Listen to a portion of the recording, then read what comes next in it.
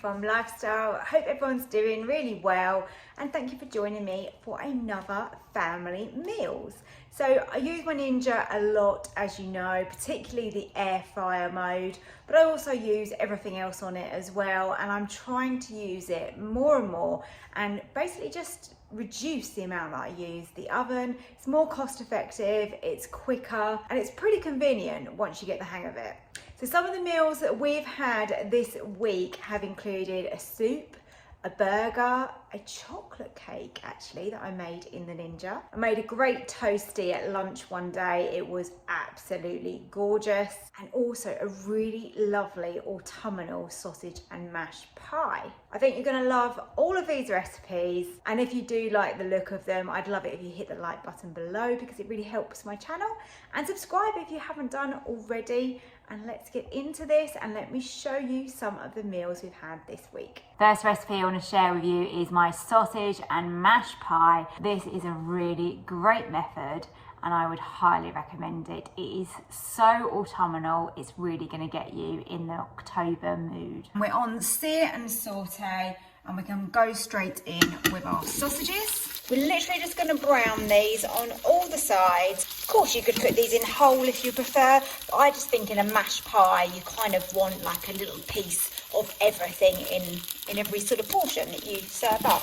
Into those we're going to pop our apple. You can use 1 or 2 apples and I've just diced it up. It's such a wet and blustery day outside. I'm actually really glad to be cosy inside, cooking up this lovely dinner. So what we're looking for is a little bit of caramelisation on those apples. So it's probably going to need a good 5 minutes, I would say, on this sear and saute setting. So what you want to do now is remove these from the pan, add the leeks into the pan, and we now want to soften these. Don't worry about what's caught in the bottom here because we will actually be deglazing the pan, and this is all good flavour on the bottom. Into the leeks I'm going to add some pepper and then we're going to add some salt as well into those. We need 4 tablespoons of plain flour, thyme as well. And this is what is going to thicken our sauce. And now what we're adding in is a cup of red wine, and I've got some beef stock, just one of those stock cubes, and I've dissolved that into the red wine, and now we're going to pour that in. I've added a tiny splash of boiling water, and that has just helped me to deglaze that pan, which is what we want to do because that's got loads of flavour on the bottom there, and that has loosened that up slightly because it was a little bit too thick. Now we can add back in our sausages and our apple that we cooked a moment ago. Now this is completely optional, but I like to add a little bit of mustard, so 1 or 2 teaspoons is good. I've got that now to a consistency that I'm really happy with, so just add water as needed. Now that this is ready, I'm going to pop it into the Ninja, close the lid, and then we're going to put that onto the bake setting. And I'm going to bake that for 20 minutes. It's all cooked, it just needs to be warmed through fully. That's had the 20 minutes, so let's open it up. Oh, lovely, beautifully crispy on the top. Let's dive in and have a look. Look at that. Absolutely beautiful. It's steaming, it's lovely and hot. That potato has got a gorgeous crust on it. And I'm going to serve that with some peas. Now you can't really beat a lovely homemade soup, and this one is so easy and it's really warming and comforting for those colder days. Now we want to have it on sear and saute, probably around number 4, so let's get that going. What I've already prepared is some potatoes, and I've crushed a little bit of garlic into those as well. I've got leek, and then I had a little bit of celery hanging around, so I've got a tiny bit of celery as well. But this is pretty versatile, and it's a good recipe for using up things. So first things first, let's get a knob of butter in the Ninja. While it's melting, we'll just pop in the leeks and they will start cooking. I'm just going to grab the celery and I'm going to put that in at this stage as well. We want to soften, and when these just start to colour, we'll pop the potatoes in. We don't really want much colour on this at all. Potatoes out of that bowl, and the garlic is already in there. Right, really important to get your seasoning in. So I'm going in with some black pepper, some sea salt, and then my herb of choice, which is some thyme. We've got 2 pints here. You've probably heard me say this before, but just to mention, when you are pressure cooking, you do need quite a lot of liquid. And when I say liquid, we're talking water or stock. If you don't have enough, it will not come to pressure. I've stopped the sear and saute setting, so let's close the lid, select the pressure option, and then I'm going to cook that for 7 minutes. So we want it on high, and I want a delayed release on this, and then press start. That was really nice and quick. It shows that we can open it. So let's slide across.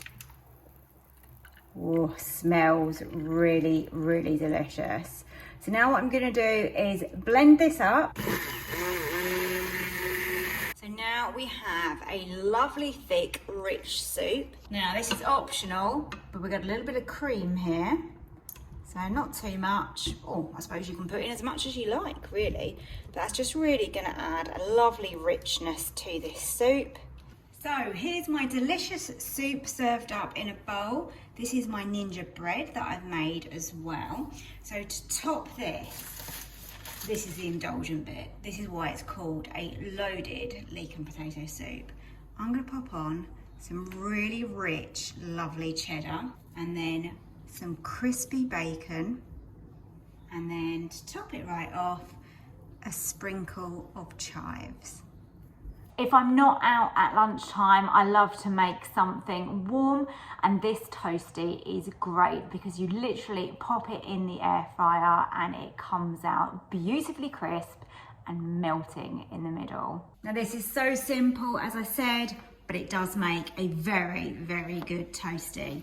So bread-wise, I have found that a thick sliced piece of bread is the best option here.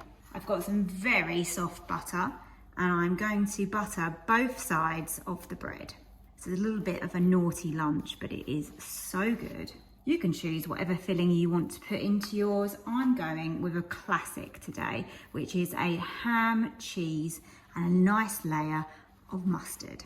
So flip them over and do the same on the other side. Now we're going to go in with some English mustard.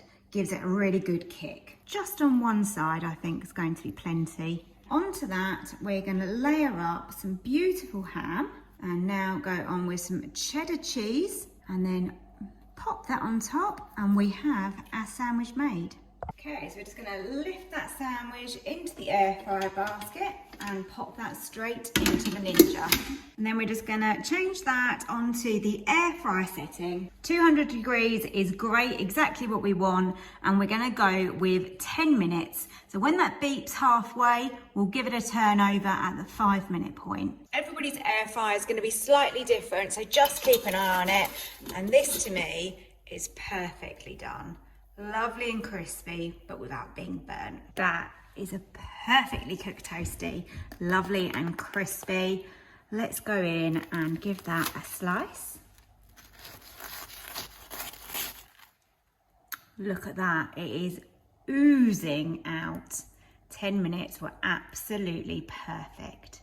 I tend to make something sweet once a week for the family, whether we've got people coming over or not. It's great for packed lunches and also for puddings or desserts in the evening as well. So this is my chocolate and cappuccino cake. First thing we're going to do is use this milk. So I've got 3 tablespoons of milk in here. You can use a dairy-free alternative if you need to. If not, cow's milk is great. I've warmed this up in the microwave, and we're going to add to that our cocoa powder and our coffee. Let's give that a good mix, and that should dissolve in there because that milk is nice and warm. Start making the cake. We pop our butter, which I've already weighed out, and that's nice and soft. So that goes straight into our mixer. You can do this by hand if you don't have one of these, that's absolutely fine. And then I'm using some light brown soft sugar, and I'm going to pop that in. Cream together the butter and the sugar. I've got 2 eggs, so go in with those. These are just medium-sized eggs. Okay, so now the eggs are blended into there really well. We've got self-raising flour, which we're going to pop in. Now in with our lovely flavour. And that is our coffee and chocolate liquid here with that milk. Just gently fold that into your mixture. A little touch of salt is just going to really complement that chocolate. And now we just need to pour the batter into the cake tin that we're using to cook this. In my Ninja bowl, I have placed the rack that you get that comes with it. Because we're steam baking this, in the bottom we need liquid. So 500 millilitres of just plain water goes into the bottom, and close it up. So we're looking for the steam bake setting, which means that that needs to go over to the middle section.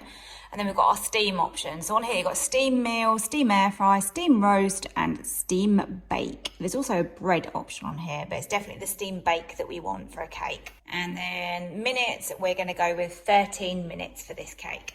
As you will see, this is going to need to come up to pressure, then it's going to steam, which really is going to make the texture of this cake really good. Now I'm going to make some fudge icing. So all I'm going to do is just chop this up a little bit, pop my butter in, and then all of that gorgeous chocolate.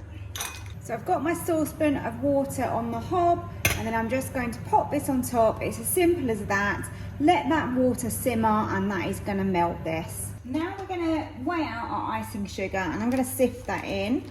So literally just measure it little bit by little bit until we've got the right amount.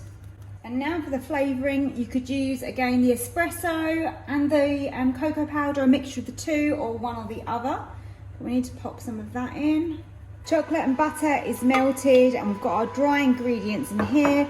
Got a whisk, and we need to combine these together. That is silky smooth. Moment of truth. Let's open this up. Oh, look at that.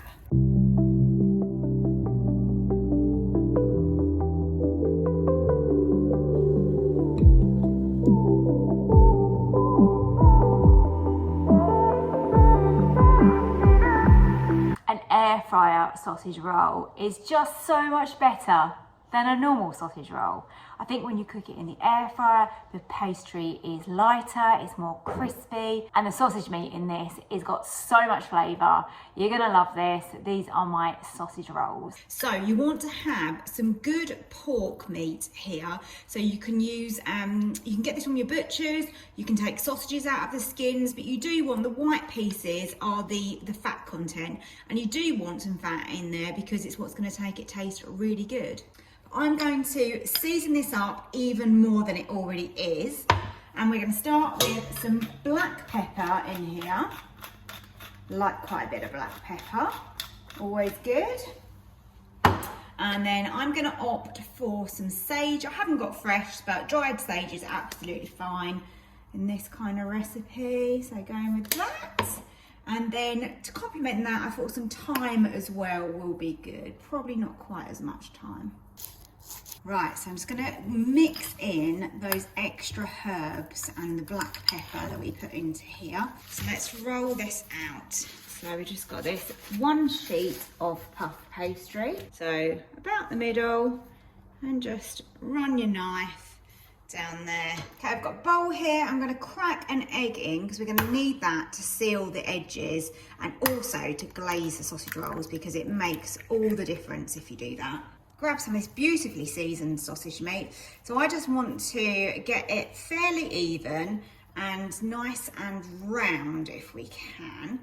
And I'm going to pop mine down like this. Okay, so I'm going to do this one first. So I'm going to go all the way down that one side, roll this over like this. Just want to make sure that you can get that sealed. So if you get a little bit of overhang and it's not looking that neat, then just use a knife. Look, and you can just tidy it up, go all the way along like that. Look at those proper big chunky sausage rolls. So go along like this and just score into the top of that pastry. Okay, be generous with this. Make sure you get all the edges. I think I'm just going to cook 3 at a time.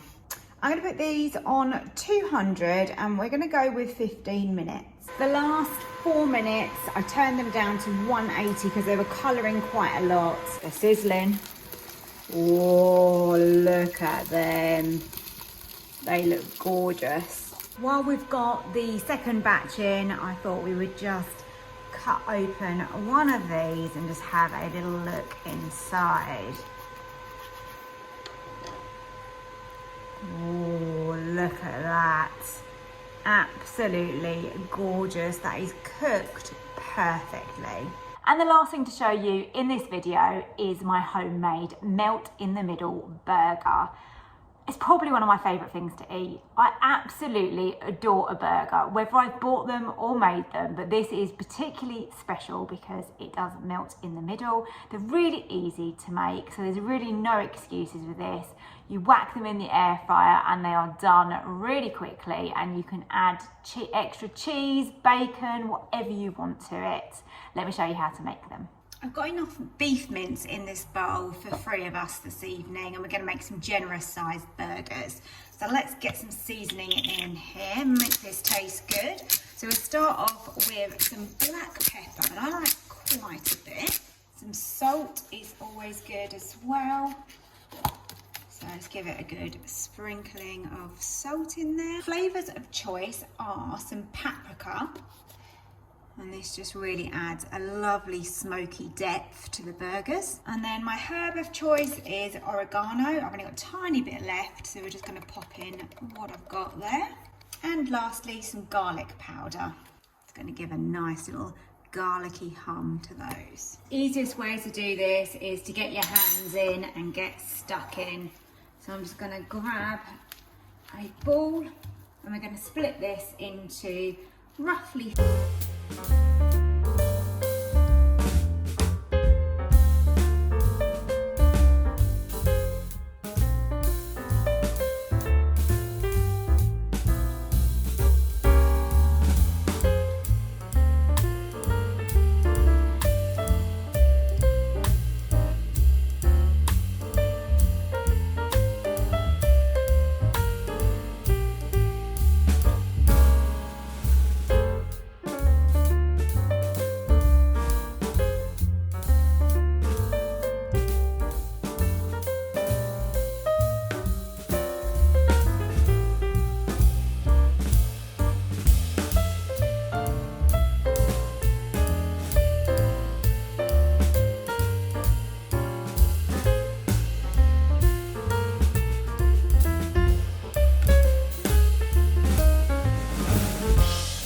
sharing what we ate this week. These are all great family recipes that are really simple and easy. I don't make anything complicated. Everything has to be made quite quickly because we tend to go out a lot in the evenings.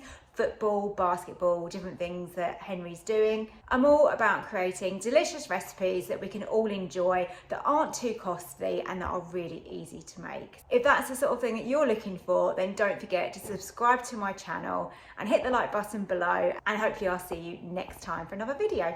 Thank you so much for watching.